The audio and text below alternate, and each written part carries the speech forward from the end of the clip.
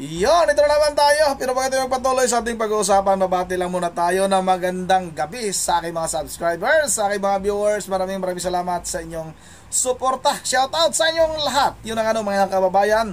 Tuloy na tayo kagad sa ating pag-uusapan. Ito'y tungkol pa rin kay Epifanio Labrador, ang vlogger na nagtapang-tapangan, ngunit ang katotohanan ay supot naman. Yun ang mga kababayan. Siya po si Richard Palacio. May nagtanong kasi, ano ba talaga, Richard o Ricardo? Pag nasa Amerika ka, ang tawag sa'yo Richard. Nandito siya sa Pilipinas, kaya Ricardo. Hindi po mga kababayan, Richard Palacio, yung kaniyang totoong pangalan.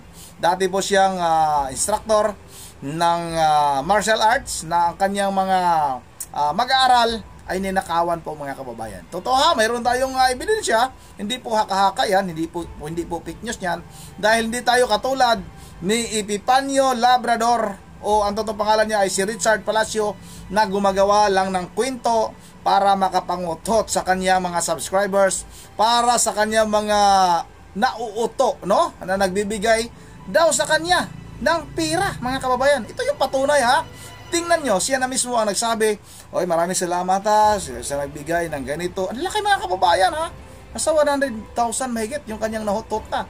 Kung totoo yan. Kasi nga, pwede ako magsasabi ng ganito salamat kasi nagbigay sa akin ng 50,000. Siyempre, pag narinig ng isa kong subscribers yan, sabihin, uy, nagbigay si ganito, subscriber ni Epifanio. Dapat magbigay din ako para tulungan ko, kasi yung mga subscriber niya, mga uto-uto yan. Tapos mga kulang-kulang din sa pag-iisip. Siyempre, sasabihin mag-uunahan niya, sige, bibigay din ako ng 1,000, ganito.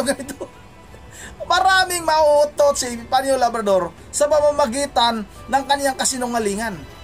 Maraming salamat daw sa nagpadala ng 60,000. Asan yung resibo? Pakita mo nga sa amin. At paano pinadala sa iyan? Nasa bundok ka. Paano pinadala ng iyong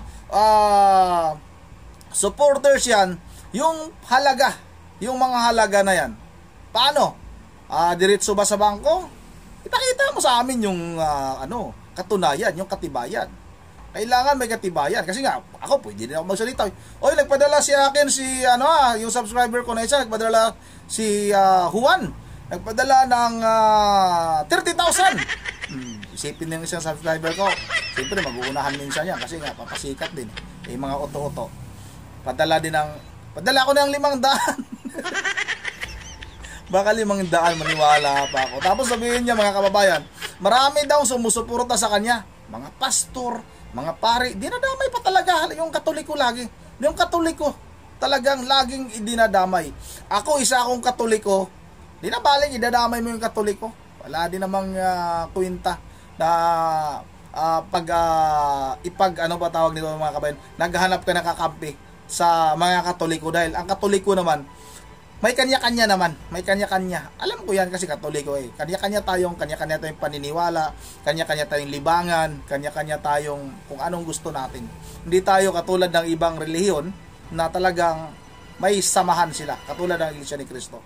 Yun ang mga kababayan, ito na yung isa pang, isa pa, mas malalang kasinungalingan ni Epifanio Labrador, na patuloy pa rin niyang pinaniniwala sa kanyang mga subscribers na ganito siya, na mabuti siyang tao, na bandang huli magiging hero siya, mga kababayan.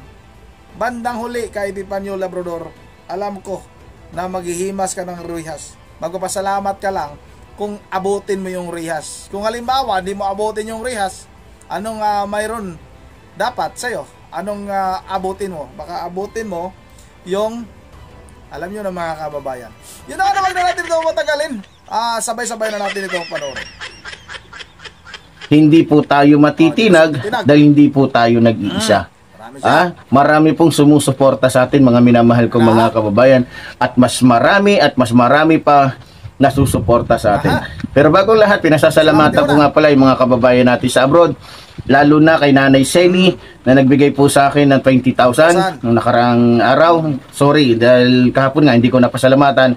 At sa mga kababayan natin, lalong-lalo na kay Tatay Fred, nagbigay po sa akin ng 50,000 noong nakarang araw. At dito po sa mga kababayan natin sa California na nagbigay po ng 60,000 naman. So talagang bumubuhos po ang suporta ng ating mga kababayan sa inyong lingkod. No, ganun pa man mga minamahal ko mga kababayan, hindi na tayo magtataka. Dahil alam natin ang laro ng Iglesia ni Manalo. Alam natin ang kanilang mga galawan, alam natin yung kanilang mga utak na kung saan. Talagang utak mga kriminal. No? Ngayon sa pamunuan ng Iglesia ni Manalo, kung nasanay kayo takutin si Brother Eli, kung nasanay kayong takutin yung sino man, pastor, ministro at iba pa, ibahin ninyo si Epifanio Labrador. Dahil kahit konti, kahit katiting, hindi tumatayo ang balahibo ko sa inyo. Tagal mo ngayon mas mo.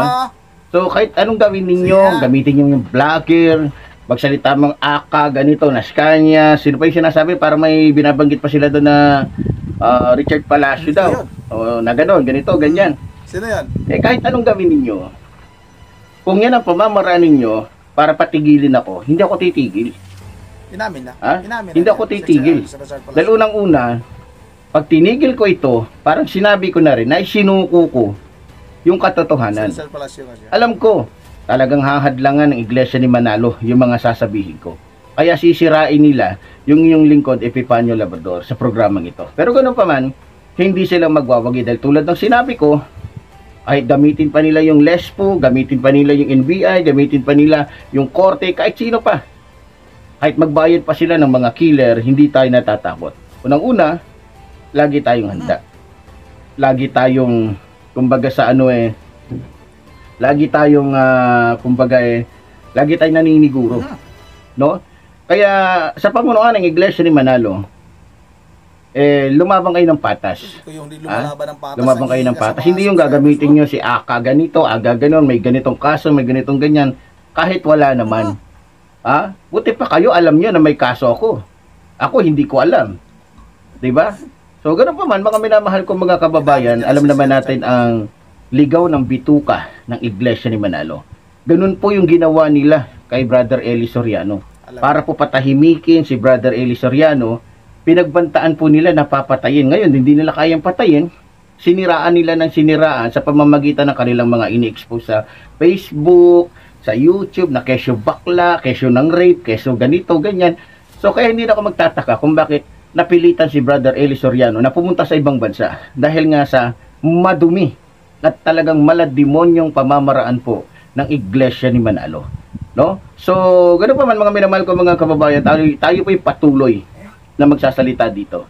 Tayo po'y patuloy na mag-expose, tayo po'y patuloy na magsasabi ng katotohanan. Biro mo mga minamahal ko mga kababayan, Ito, sa personal ko lang pong kaalaman, napakarami pala mga ministro na lumabas na dyan sa Iglesia ni Manalo. Dahil natuklasan nila yung kababuyan, katarantaduhan ng malasindikatong pamamaraan ng Iglesia ni Manalo.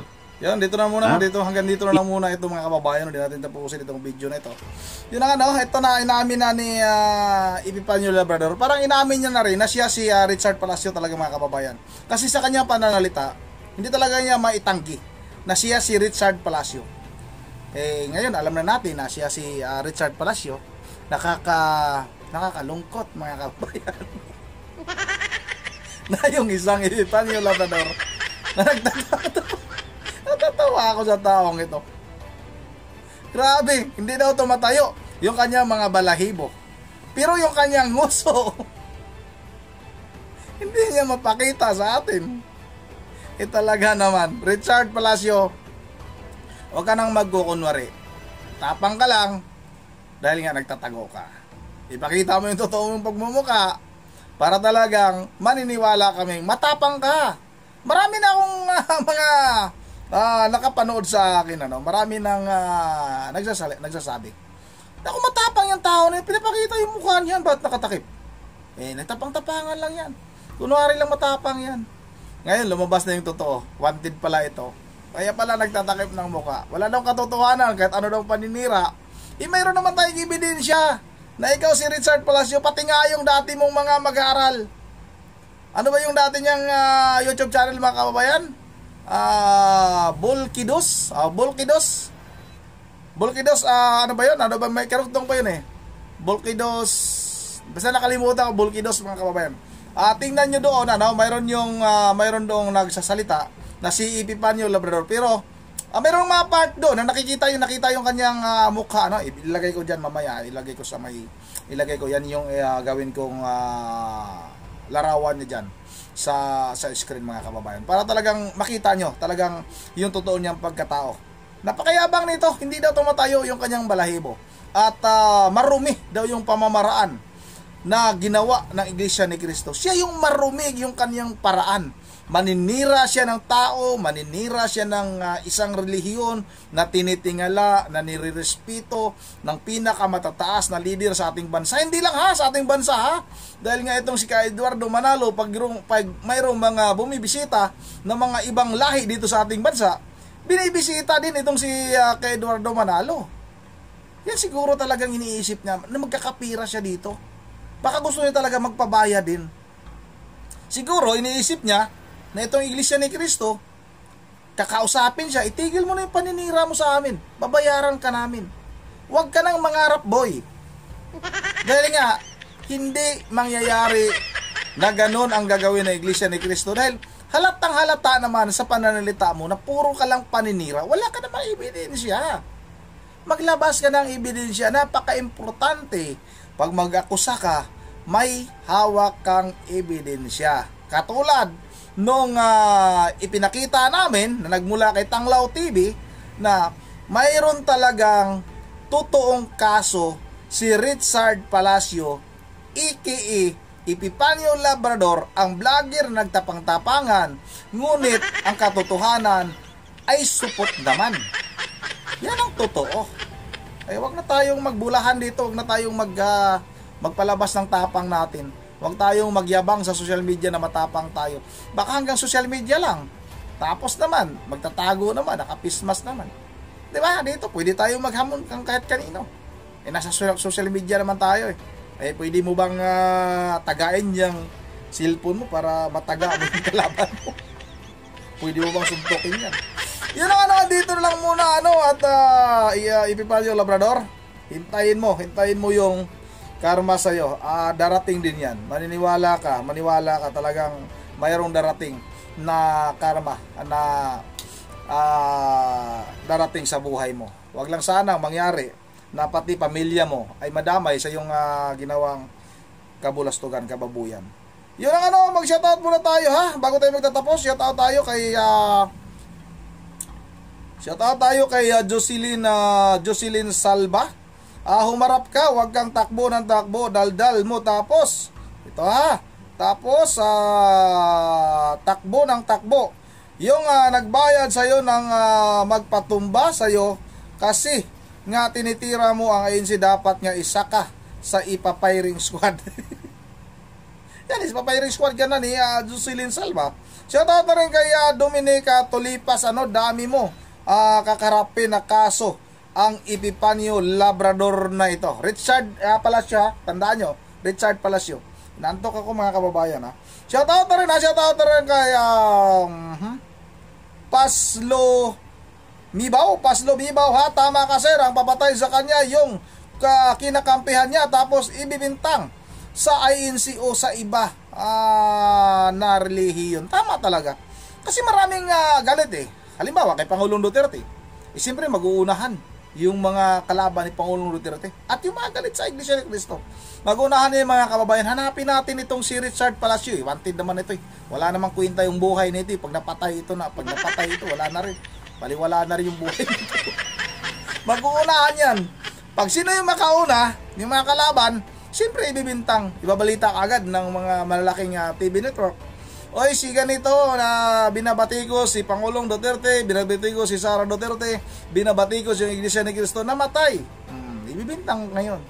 Maging masama. Ang maganda lang nito ngayon kasi may social media na tayo, medyo hindi na masyado nakatutok ang taong bayan sa mainstream media, mga kababayan.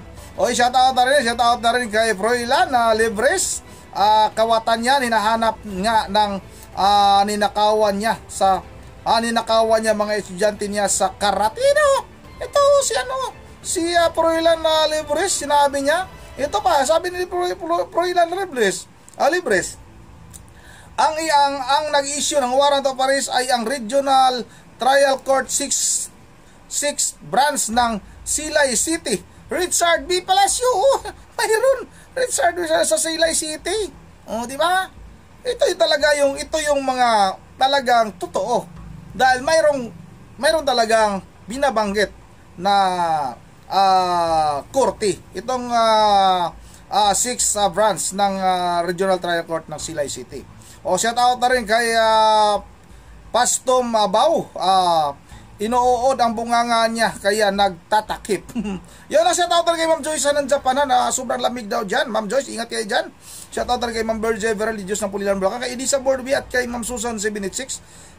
Excuse me. Shout out na rin kay Noel de Guzman. Siya ang nanggulo sa Insingunet. Ngayon, takot na takot kung anong sinasabi-sabi.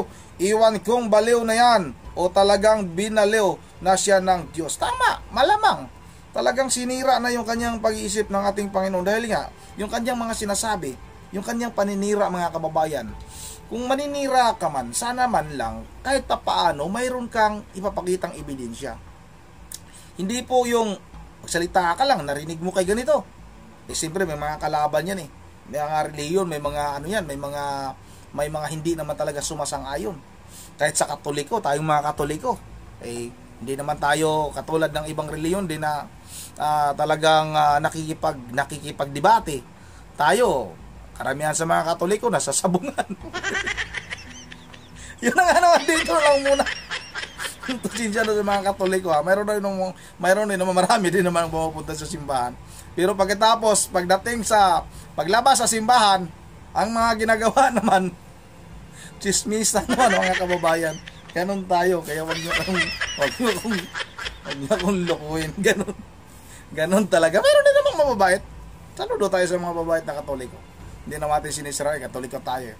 Yun na lang, dito lang muna. Once again, this is Ron TV mo. Ingat ang lahat. God bless bawat isa sa atin.